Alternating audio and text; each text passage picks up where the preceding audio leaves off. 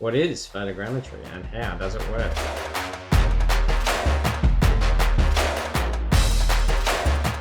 Sometimes the term photogrammetry can get confused, particularly today where we're using drones a lot of the time to do this photogrammetry process. And sometimes what can be done is drones can be used for taking photos and videos, and the term photogrammetry can be thrown in there as well, adding to the confusion on what actually this process is. So to help explain a little bit, photogrammetry is the process of using overlapping photos to create a 3D model or an aerial image. So uh, basically what the software or what we do today is we have a software package that can uh, align these photos, and by using overlapping photo images, the photos can pick common points that are in both of those images, and using the parallax between the two distances, because the photos are offset a little bit, they can figure out the angle to this point, and what it uses is a term called pixel matching. So it matches the pixels between these two photos, and from that it can create a position or a known point, a distance between these two photos. And what it then does is repeat this with other pixels in the photos, as well as not two photos, but three photos and four. And it uses just all the photos taken of a site that you're interested in to then basically create not just one pixel matching or a tie point between the two photos. It creates millions of these tie points, and then from that generates a reference model. And this reference model is basically just the 3D model of your site. So it just creates millions, or if not billions, of points to then create a 3D model. So photogrammetry is particularly useful for these 3D models of sites, or it can also generate what we call orthomosaics, which is like the term mosaic, meaning lots of different images in this case, and it basically stitches all of these images together to create one big image. And because we often use drones for these orthomosaics, I use the term aerial image, and it's basically just an image of your site all merged together as just one output, or one JPEG file as an example. Orthomosaics aren't the only output that photogrammetry can do.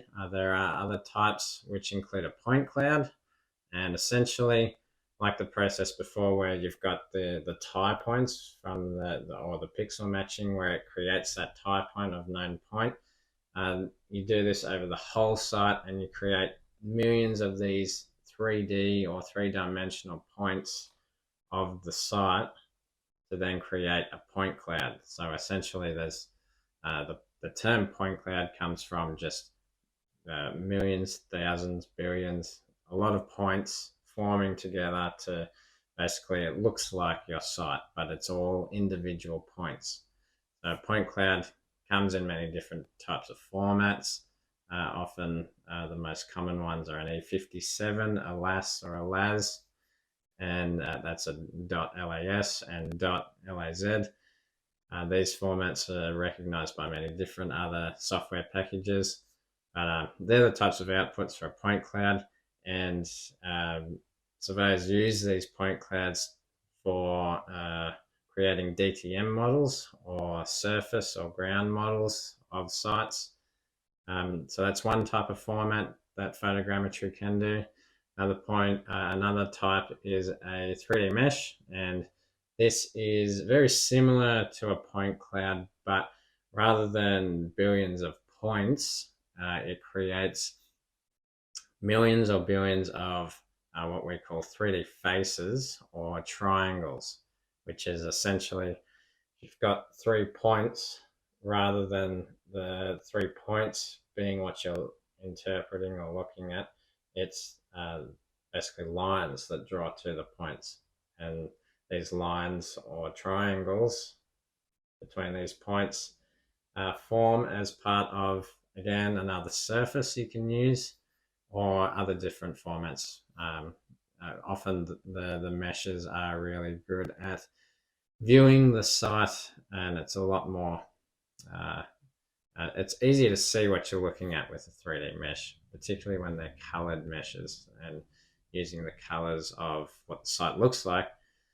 You can basically bring up the 3D mesh of your site, and it really does feel like you're on the site, or you're actually viewing the site from a 3D point of view on your computer screen. Rather than a point cloud is a little bit more, because it's specific points, it's a little bit harder to see what you're looking at. But often the point cloud with software allows you a little bit more flexibility on being able to interrogate or manipulate the data a little bit, which specifically helps with like a DTM generation or creating a ground surface, which we can then send to engineers or a designer of some kind to help with future prospecting of a site. So another type of format is like what we mentioned, an orthomosaic, and that is then a big aerial image of your site where you can basically, a good example is it's very similar to something like Google Earth, where you can zoom into a site and basically look at an area as an aerial image. The advantage with photogrammetry is if you do the site or the photogrammetry survey yourself, often the distance between where you fly the site is a lot closer than what Google does. Often it's satellite imagery combined with planes, and you can get a reasonable resolution, but if you use a drone or something on your site, you can increase this resolution or quality of the image to be much greater. And so you can, rather than zooming into a site and being able to recognize if it's a car there, you can zoom into the point where you can pick up and find a phone lying on the ground. Or if you are a little bit more specialized and you do the close range photogrammetry, you'll be zooming in on very small areas, which include cracks or chips out of features or monuments, and really, really fine grain, high detail resolution. So the photogrammetry software allows you to be the curator of what this model and accuracy needs to be, as well as resolution. So if you have a particular site, which might be, the example could be just this desk here, and if you want to find all the dirt marks shown on this desk, we can use photogrammetry, and as the process is taking photos with overlapping points of this desk, we can then create an aerial image or an orthomosaic of just this desk and have this really fine detail of a view of this desk. So that's another type of format. We also have a few other different types, which include a DSM or a surface model, which the output is, rather than a mesh or a point cloud, it can be an image, and the image is recognized and can produce a 3D model out of just an image file. Similar kind of thing to a 3D mesh and a point cloud, where it's a 3D surface, but in just a different type of format, which may be suitable for some software packages.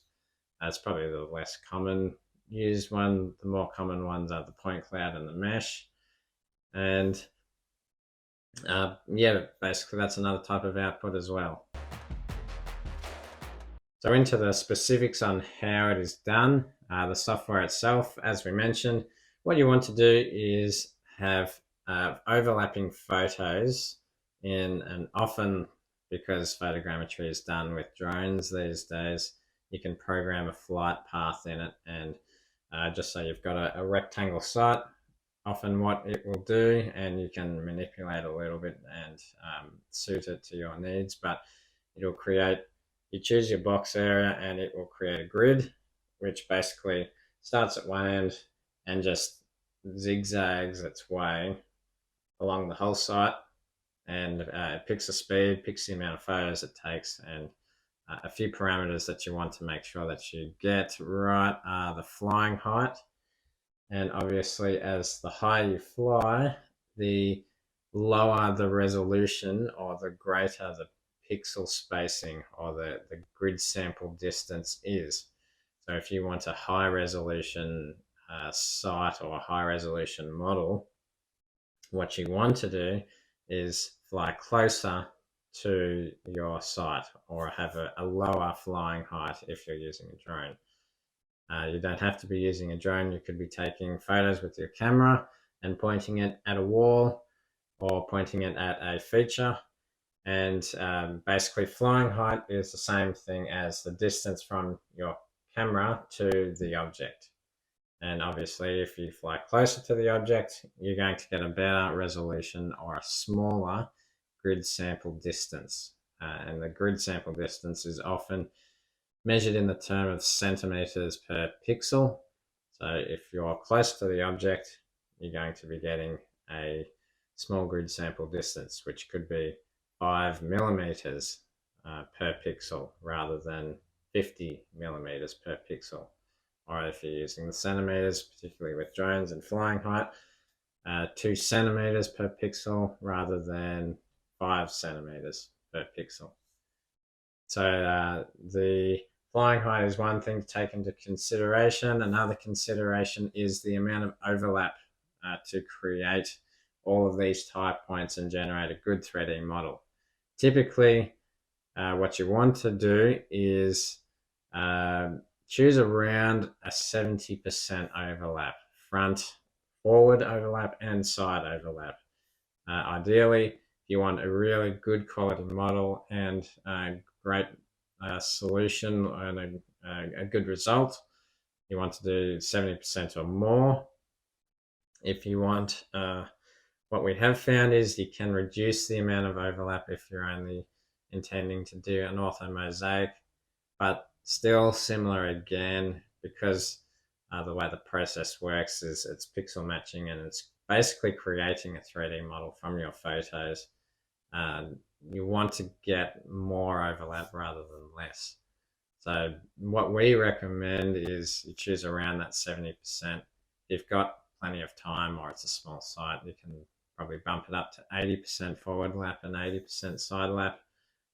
Particularly these days when drones are so fast when they do it, you can bump it up to be that little bit higher overlap, and it just ensures you're going to get a really good result. Another consideration is when you're flying, are you pointing the camera directly to the object, or are you pointing the camera on a little bit of an angle? So those terms we call nadir, which is pointing the camera perpendicular or straight to the object. And often that is, if you're using a drone, nadir is pointing the camera straight down, so 90 degrees from the horizon, straight down at your surface. Or you can be using oblique, and oblique is not a deer, it's the other term where the camera isn't directly down, it's a little bit offset from that 90 degrees. So often software packages tend to like it a little bit better if you're not quite nadir. So 20 degrees off nadir is a great oblique angle. And if your site is particularly not so much flat, but a little bit more hilly or undulating, it is recommended to not go nadir, because there are certain things, like if there's buildings on your site, you'll only get the roof part and you won't get any of the walls. So if you change the angle to be able to see underneath the roof line, you'll be able to model the walls and the windows and the eaves and everything a little bit better to create a better quality 3D model. What we recommend also is when you're doing the flight at oblique, you want to get that oblique angle from all four different angles, because obviously if you can't get them on all four angles, there will be parts of and building as an example that you won't see, and the 3D model won't be able to model it properly, and then you get that distortion or that the poor results of the 3D model because of it. So ideally you want a good flying height, good resolution, good overlap, and the overlap particularly helps with that when combined with the oblique imagery to really get good quality results on those 3D surfaces that aren't just a flat, gently undulating land. Some specifics on the camera. What you want to do is not change the focal length on the camera. This is important because when the software processes, it has to assume or calculate the focal length of the camera. So if you've got a focus setting that's on maybe like an automatic focus, you want to turn that off. Make sure it's on a manual focus and it's fixed, because unlike when you're taking photos, you can change the focus on certain objects depending on how far it is. Maybe you're focusing in on something right in front of you, the focal length will change to make sure that the focus is really clear at that one point, and then you change it to be a long way in the distance, then the focal length will adjust to have a better focus on that object further away. And if you're using this process in photogrammetry, it really throws off how it calculates this 3D model. And sometimes if you do your projects this way, it can really distort and warp this model because it can't figure out its focal lengths, particularly when every photo is different. And it can make a really big difference to the point where you don't actually get results with your model. So that's really important to make sure your focal length is fixed. So what you want to do is have a manual focus and leave the focus at that set position. Often we just choose, for our drones, we use the manual focus and put it all the way towards the longest focal length. And we'll leave it at that for the entire flight. And this helps make sure that the focal length for every photo is the same, and the software can then use that focal length and apply it to all the images, and that's just another variable that's taken out of the calculations to help produce a strong model. There are a couple of other specifics with camera, including like the exposure or the shutter speed. Often these days, if you buy drones and you choose the mapping or the mapping quality drone, these settings are pretty well set up to be suited for photogrammetry. So I don't really need to go into too much detail with that. The exposure part, not too much to stress about. And the shutter speed and the shutter itself, yeah, basically what you want to do is just Google search and look at reviews on drones and photogrammetry, and you'll be able to figure out pretty quickly on if this drone is suited towards photogrammetry or if it's not. And most of them are pretty good these days, so it's not something too much to stress about, and the software will be able to create these great 3D models using photogrammetry. An important thing is to have a really good camera, and the cameras are really good these days with these drones. So by doing that searching and reviewing, you'll be able to find out pretty quickly which good quality survey grade or photogrammetry grade drones to suit with photogrammetry processing. A little bit more on hardware. There's some other things that can help with photogrammetry processing, and one of those is called RTK. So this RTK is often spoken about with particular drones, and basically what this is It's a high accuracy GPS or GNSS receiver. So if you have a drone that doesn't have RTK on it, basically what it does is when it's flying over a site, it'll take a photo, and it also has with that photo geo-referenced or a geolocation to it.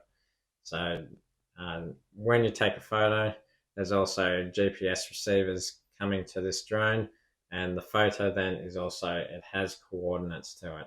So if you're using one that doesn't have RTK, the photo is in a position on the earth and it's kind of in the right spot, but it's not accurate. If you've got RTK, you're really increasing that accuracy of where that position is of the photos. So when it comes back to the processing with photogrammetry and you've taken thousands of photos in these positions, if you're not using RTK, it's kind of like the photos are in these positions, but they're kind of not. They're kind of somewhere close to here.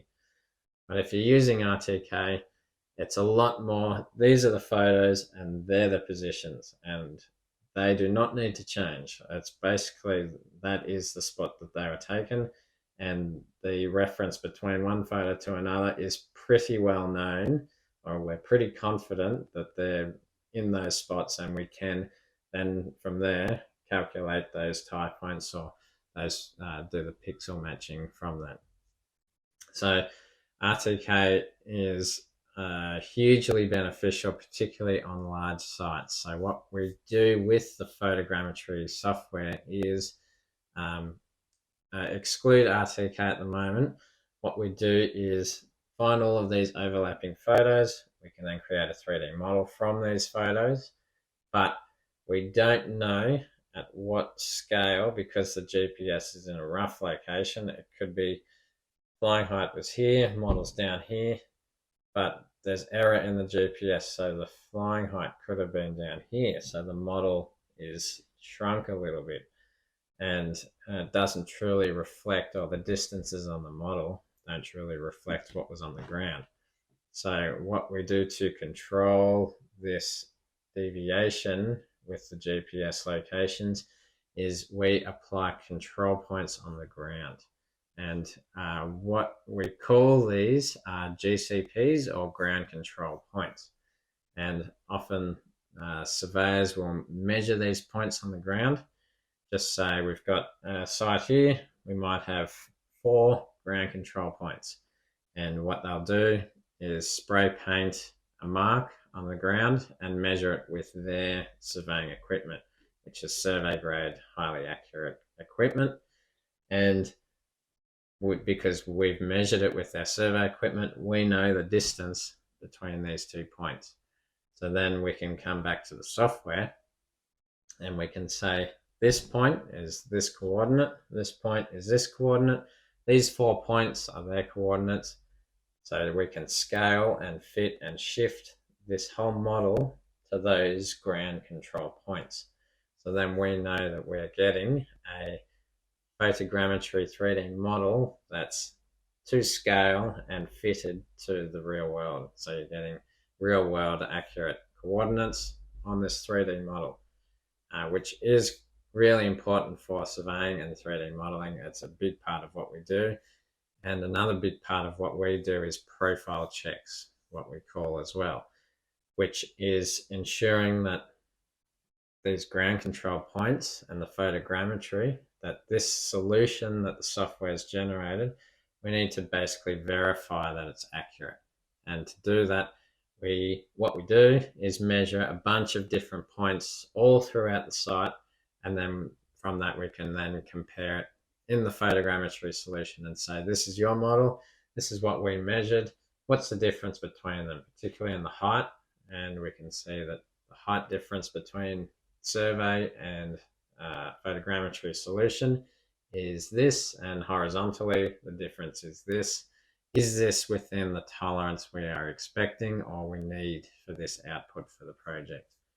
And do that over the whole entire site.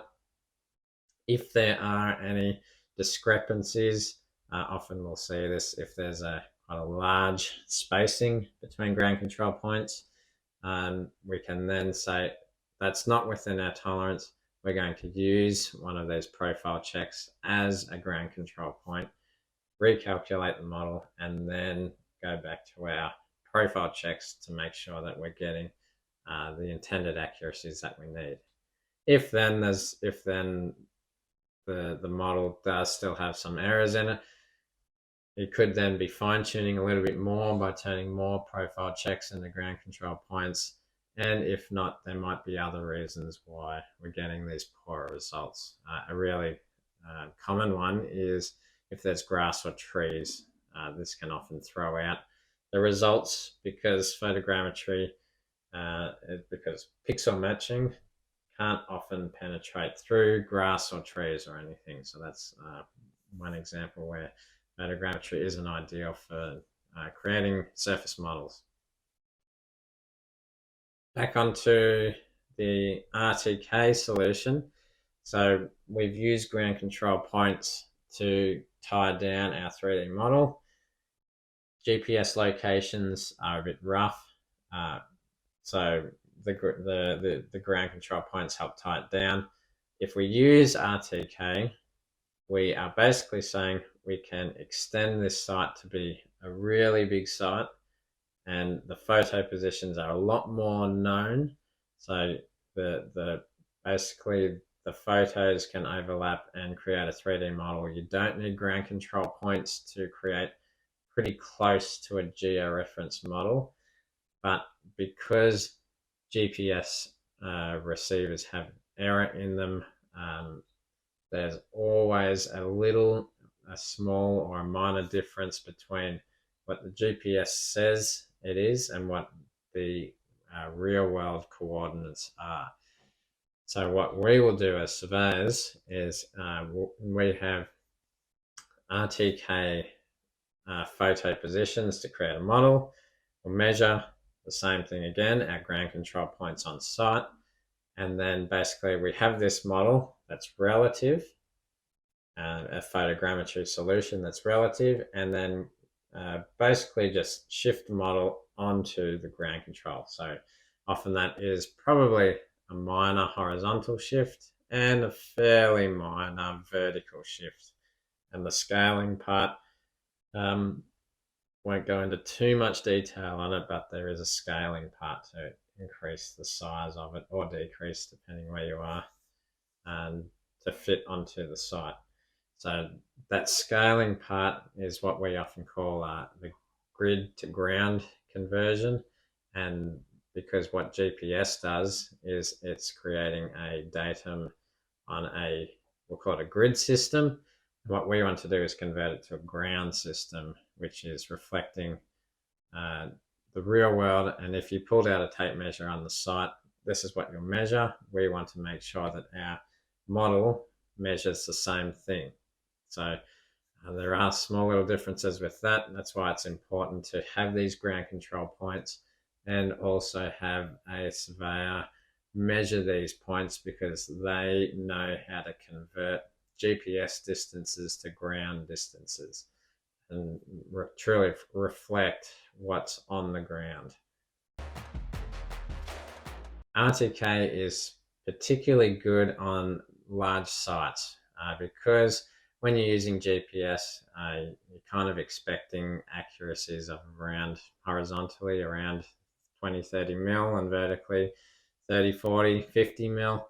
So there is that kind of small error with RTK. If you don't have RTK, that extends a lot more. It might be plus or minus a meter kind of accuracies. But if you have RTK and you've got those kind of accuracies of 20, 30 mil, over a really large site, that's pretty irrelevant. So that's why photogrammetry with RTK and ground control points is a perfect solution for creating these 3D models for surveyors and engineers. And it's a really fast way of doing this as well. So we're finding that these larger sites are perfect for photogrammetry, particularly what we call hard stand areas that don't have vegetation or grass on it.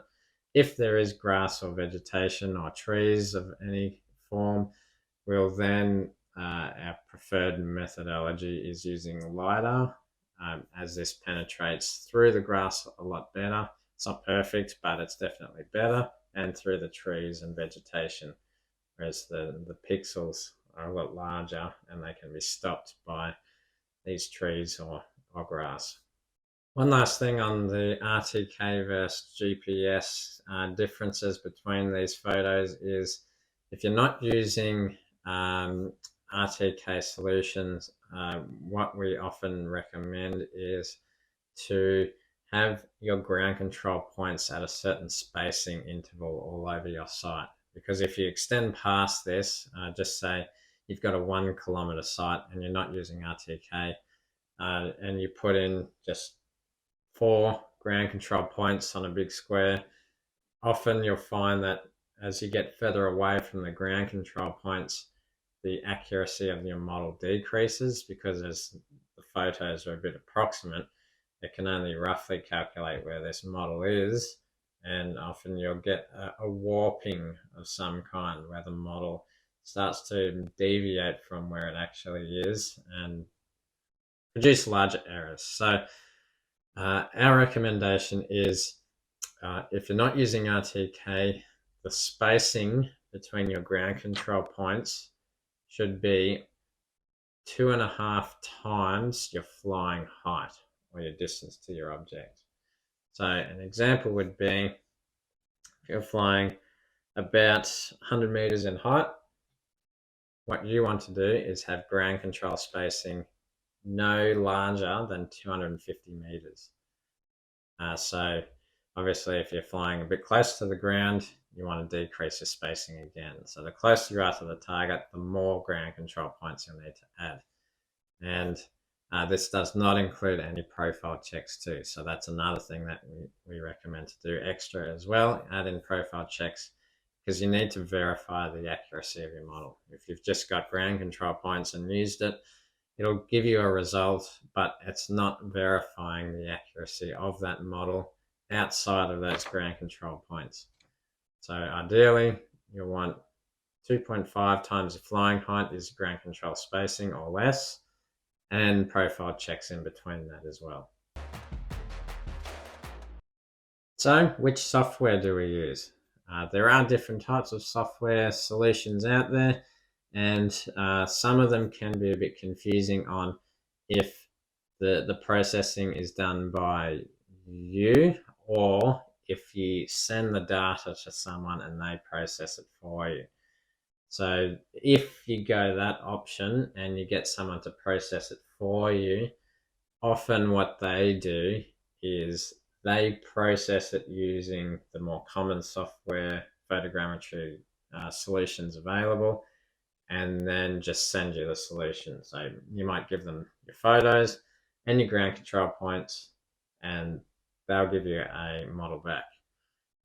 For us, we do not prefer that method because there is no flexibility in being able to interrogate the data yourself and being able to do additional things to the model. For example, if you want to add more data to it at a later date, if you want to adjust the quality of your outputs, maybe some ground control points weren't quite at the accuracy that you're expecting, or some profile checks weren't quite what you were wanting, being able to manipulate it and tie it in to get a better result is what we prefer to do. So we do the processing ourselves, and it allows that greater flexibility and interrogation with the data too. And we can also choose the different types of outputs that we want, and if we change it at a later date, we can then produce more outputs to better suit that or add more data to it, and really have that flexibility in being able to choose what we want and control the quality of the data as well. So the software options.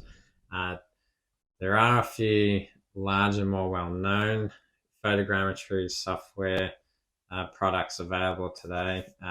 Some of those include a big one, a more common one, Pix4D. Another one is Context Capture, or which is now called iTwin Modeler, and other one called Add Yourself to Metashape, and probably another more common one is called Reality Capture. These are four big ones. There are certainly other providers and photogrammetry options available, and we probably do recommend you try other ones if it is something you're looking at going into, but those definitely are the more common ones today. Another quickly improving one is DJI. They have their own photogrammetry option as well. What we've found, it's probably not quite there with the big four ones yet. We haven't found it to be as user-friendly, and being able to control the data is not quite there yet, and it's not quite user-friendly yet either. The two big ones that we have spent a lot of time with is Pix4D and context capture. Just as a comparison between the two of them, they're both quite similar. You get pretty good results with both of them. Initially, we started with Pix4D and transitioned to context capture because we found that the larger sites, our models were falling over or not processing properly with Pix4D. And we did review Pix4D recently again and found that our computer crunching capabilities were being maxed out. So the project, we weren't completing the project because our computer processing abilities couldn't quite handle what Pix4D was requiring. Whereas if we use context capture, there is a little bit more control on the processing power required. And yeah, we were able to get the results that we needed for those larger sites using context capture. Whereas with Pix4D, what we had to do to get those the results for the larger sites is reduce the quality of the output, which isn't ideal for what we wanted. Still could get a solution and still could get pretty good accuracies similar to context capture, but reducing the quality of it. So yeah, probably preferred output is using context capture, where we can get that high quality, particularly 3D meshes. It seems to just have a cleaner, really good quality 3D mesh in comparison to Pix4D. But softwares themselves are very similar, and one thing we have found with context capture is the support from that the Bentley system themselves has been quite poor. We've really struggled to particularly start understand how to use the software and try and manipulate, particularly with RTK. We really couldn't choose or find the right options to pick to get these RTK accurate solutions. And the support we received from that was really poor. We basically had to figure it out on our own, and the advice we were receiving from Bentley was it just didn't work, and they weren't able to help us to the point where they were saying that the cameras that we had weren't good enough, but we're using standard quality DJI drones with good cameras, and yeah, they weren't able to help us, and it was just luck that we were trying different options with context capture that we could create a model, and we did, and now we've got the process down pat, and we really do think that context capture has great results. It's just that support part that we really struggled with, and the licensing options with the software too. Goods and bads to both. Pix4D, we had 2 licenses. Context capture, we had 1, but with context capture, we could run multiple projects at the same time and have them all queued up. There's a little bit more flexibility with that, whereas Pix4D, it's a little bit more, we did find a back-end way around being able to have multiple projects running, but yeah, context capture is a bit more user-friendly that way, but the support not as good. We tend to use photogrammetry for quite a lot of different types of surveys. A lot of it is usually in combination with different types of survey methodologies. It really is just that fantastic toolkit to merge in with everything all together, and it does provides that extra level of detail, clarity, and sometimes I feel it helps present a survey to look a lot more visually appealing. And it does make a lot more sense. It kind of gives a bit more perspective to what the site looks like. So often we'll do these photogrammetry surveys for like a volumetric or in bulk earthworks calculations. We'll do them for feature and level surveys. We will also do them for existing conditions or as-built surveys. And we'll also do them for a lot of things to do with hard stand and DTM or surface modeling to help with future design works and all that kind of stuff too. We also, beyond photogrammetry, merge it in with photos and videos and stuff, but yeah, that whole package to be provided in with just an example might be with total station surveys. We'll put in an aerial image with that, or various combinations of different types. It really is a fantastic tool to be part of your toolkit, and it has many different uses, and we find that we use them for quite a lot of our jobs. So it really does help us provide that extra step or extra level in detail and quality with our surveys. So if you have any questions with photogrammetry or even software or anything to do with that, please reach out and let me know.